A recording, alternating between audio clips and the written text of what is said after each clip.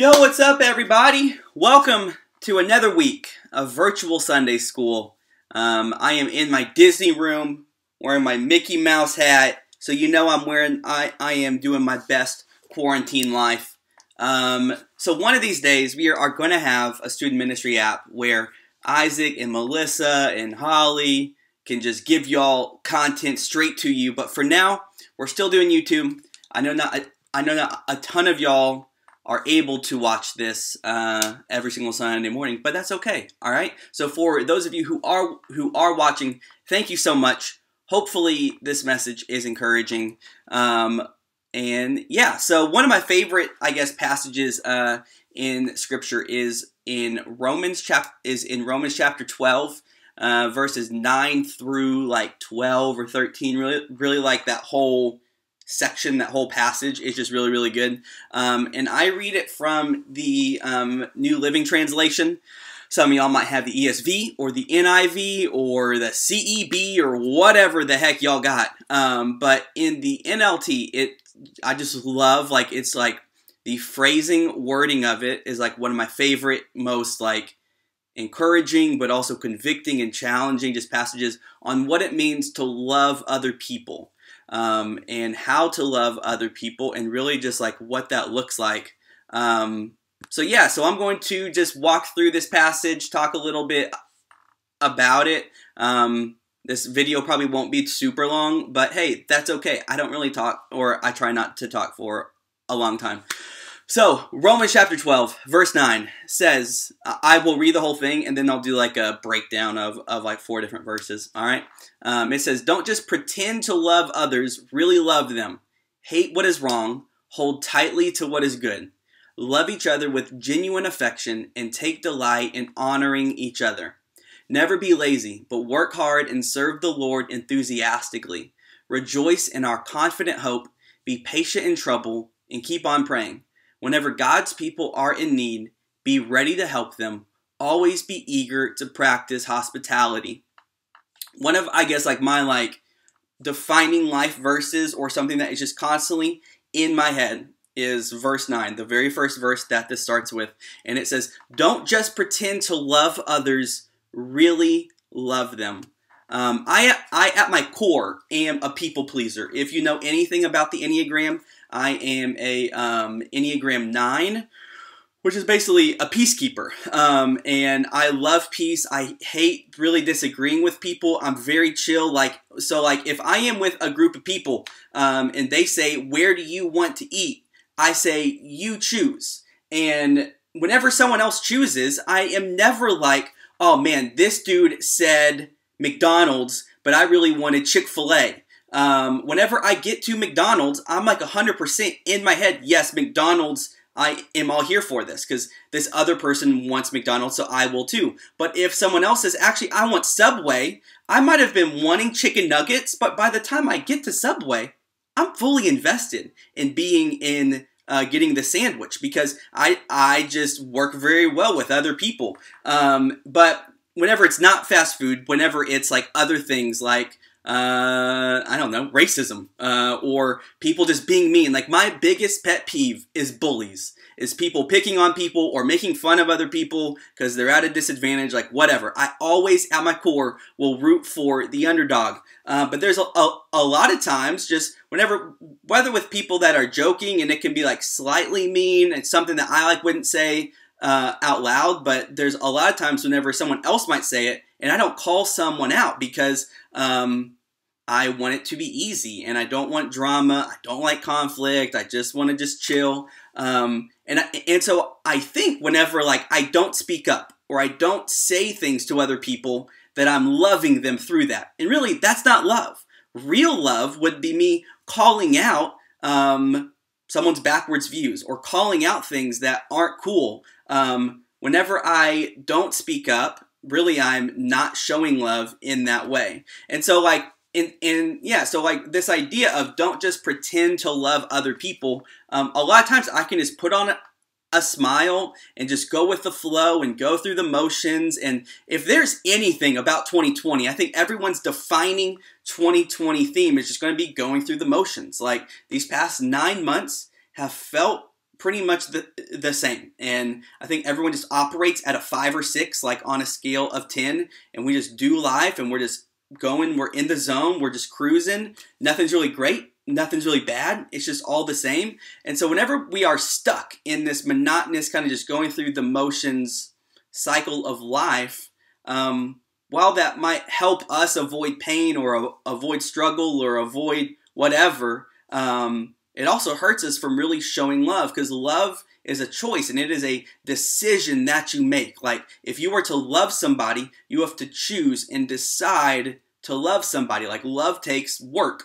Whether that's for a relationship, this isn't a like relationship message. I'm not talking about marriage or dating. Obviously, yes, like if we want to talk about love in a marriage or in a relationship, I can write a whole book, because your boy has learned a lot. Not that I'm just the master of love. I've learned a lot about love, but love takes work and it has to be intentional. Something that happens like a lot is I get a lot of emails from people asking if me or the student ministry staff, or if I could recruit students to help people move. All right. It's one of my least favorite things. I'm always like, yo, just hire a moving company. Like, just because I work with students and I know I have huge muscles, not really, that's Brian, but I get probably 4, 5 to 6 a year about, hey, Michael, I am moving. Can you get some students to help me move some stuff? And during quarantine, and so normally, like, it's like, no, I have meetings, I'm busy, there's football games, there's other obligations. But in quarantine, I obviously had nothing going on. Like, my biggest thing was doing an Instagram live like once a day. And so I got this email from this person asking if I could get some students to help them move. And my answer was, oh, we're in a pandemic, I don't want kids to get sick. Really, I just was in this rut and I just didn't want to go help this person, go love this person. So I'm like, hey, sorry, no, we can't do it. So a couple weeks go by and this person emails me back about something else. And I'm like, oh, hey, by the way, like, how did your move go? And they say, oh, it's all good. We actually lost our job, but we sold some of the items we were going to move to then help pay for a moving company. Yo, I've hardly ever felt as convicted as in my life as I did from that email. This person had to like sell things to go pay for a moving company because they didn't have the finances and the job to do it. And all I needed to do was just send out this email. But I was too lazy, or I just didn't want to love. I didn't want to be inconvenienced, and so I didn't love somebody. A lot of times we just pretend to love other people, but we just don't want to be inconvenienced. And so we don't go that extra mile. We don't do that extra thing. St. Andrew has this mission statement, which I'm sure most of y'all probably know this. And it is, St. Andrew exists to take the Christianish to become passionate servants of Christ. So Christianish is Christians that are like sort of Christian, pretend to be Christian, they're Christian-ish to become passionate servants of Christ. So like being a Christian means serving Christ. Christian means like little Christ. And so being the hands and feet of Christ. Many years ago, well, actually only like 4 or 5 years ago, like whatever, I wrote a poem called Christianish. And for the 10 of you that are watching this, I'm going to say this poem for you, all right, to kind of give a fuller picture of this. We are Christian-ish. We're Christian with a twist. We're Christian in a pinch. We're Christian to fit in. But we're quick to jump ship whenever the road gets thin. When the command to daily pick up our cross becomes something more than just thinking nice thoughts. Where we would much rather sit back and be taught. Be consumers, not producers. A mindset of picky choosers based on what fits you rather than sticking to the truth. Because truly, we are called to be loving and serving. A church that is caring and observing. People who grow roots in a community that desperately needs truth. Being always available and ready to be used. With no thought of reward, no longing for recognition, but witnesses who lay down their lives in humble submission. Being a Christian goes farther than if you attend church. Being a Christian goes deeper than memorizing a certain verse. Being a Christian is giving more than what others deserve. Being a Christian is applying the truth that we learn. So this is a challenge, to move from being Christian-ish to passionate servants of Christ. Because you can spend your whole life in church and never fully cross that line. Never fully give your time. Never fully decide to love others like we are fully designed. Boom. So that's that. I just wanted to give just a little bit of what it means to be Christianish. That's like this. I had never heard this word, never heard this phrase until St. Andrew. And I think like a lot of times, like my struggle in American church Christians struggle can be this idea of just going through the motions and going to church and doing nice things, but doing things that are convenient to us. But as soon as it becomes inconvenient, then we turn the other way. So, verse 9, don't just pretend to love other people, but truly love them. Then, verse 10 says, love each other with genuine affection and take delight in honoring each other. All right, so this phrase, genuine affection, in the Greek. So while I love this phrase in like the NLT, the Greek, like the real word for what genuine affection means is actually brotherly love. And whenever like we think about how we love other people outside of our family, our love can oftentimes, it comes with this like contingency that we will love somebody, we will be friends with them until they do something that hurts us, and then we will leave. So whether that is your best friend. So like in my life, especially in high school, middle school, had numerous best friends. And back in my day, we had, this is funny, I wasn't even planning this, but social media wasn't Instagram or Snapchat or Facebook or whatever, TikTok. It was MySpace. And on MySpace, the main thing about MySpace was you could, like your front page, like people would go to your page and you could have a top 4 or a top 8 or a top 16 friend list, to where literally you would rank your friends like 1 through 8 about which ones were your best friends. And there was no more drama, no more conflict caused in my lifetime than my MySpace top friends list. And I would say, man, like I would love these people. And then they would talk behind my back or try to start dating someone that I was liking, or like whatever, life just happens. And then they would soon move down my MySpace top friends list.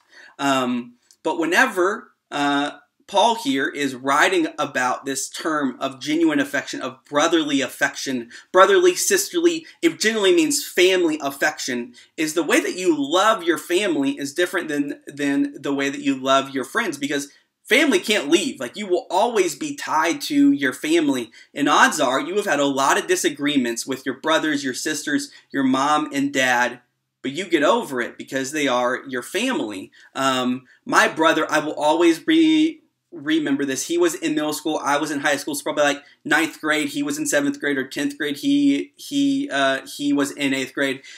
And my brother was talking to this girl, and all of a sudden he like hits me up, and he's like, Michael, I've been talking to this girl. Ends up she has a boyfriend, and there's some drama going on. Will you have my back? And I'm like, yeah, bro, I have your back. Let's go. So we like meet up. I like go to like pick him up from school. I like get out of my car. So I guess I am in like 10th grade, like at this time.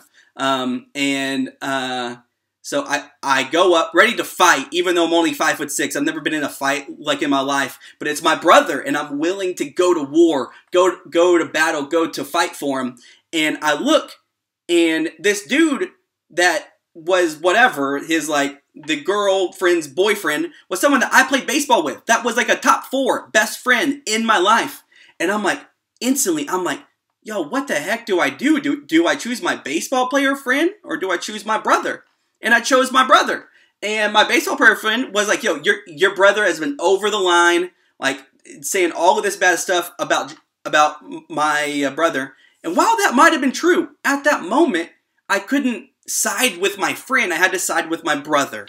And no matter what my brothers will do, and in adult life, we've all made decisions that we don't agree with, but no matter what, we will always be brothers. We will always be there. And so this idea of loving each other with genuine affection, like don't just love somebody until conflict comes up, but loving people through anything, through any conflict. All right, so verse 11, this is very interesting. It says, never be lazy, but work hard and serve the Lord enthusiastically. This should just be my life verse. So like as the Enneagram 9, I guess like my vice, my sin that I go to is called slothfulness, where I just want to just chill and just lay back and I guess be lazy. I don't see it as laziness. I just see it as I just want to rest and like be chill. But the bad version of that is being lazy, is putting off priorities, putting off things like that I shouldn't.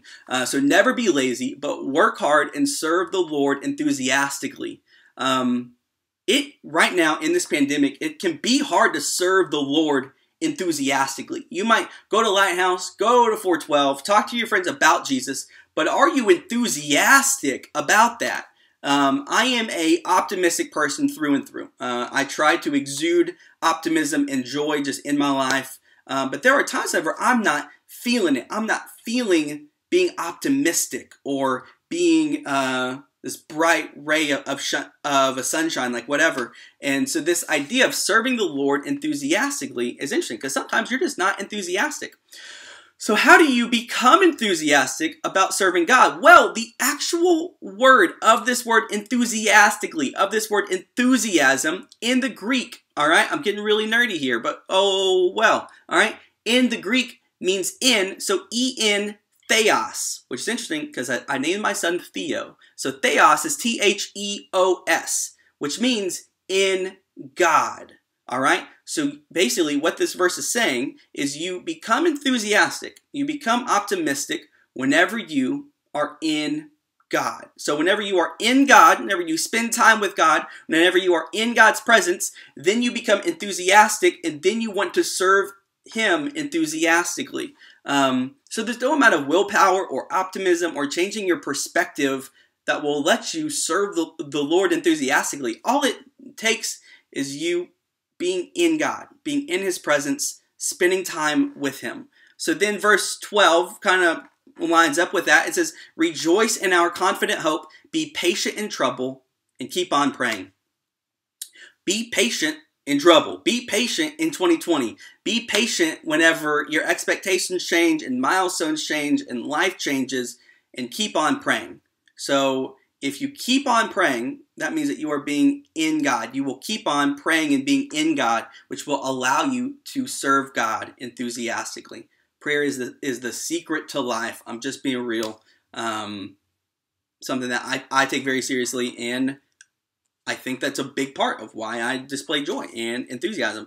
So then, verse 13, to wrap up this little section of Romans chapter 12, it says, whenever God's people are in need, be ready to help them. Always be eager to practice hospitality.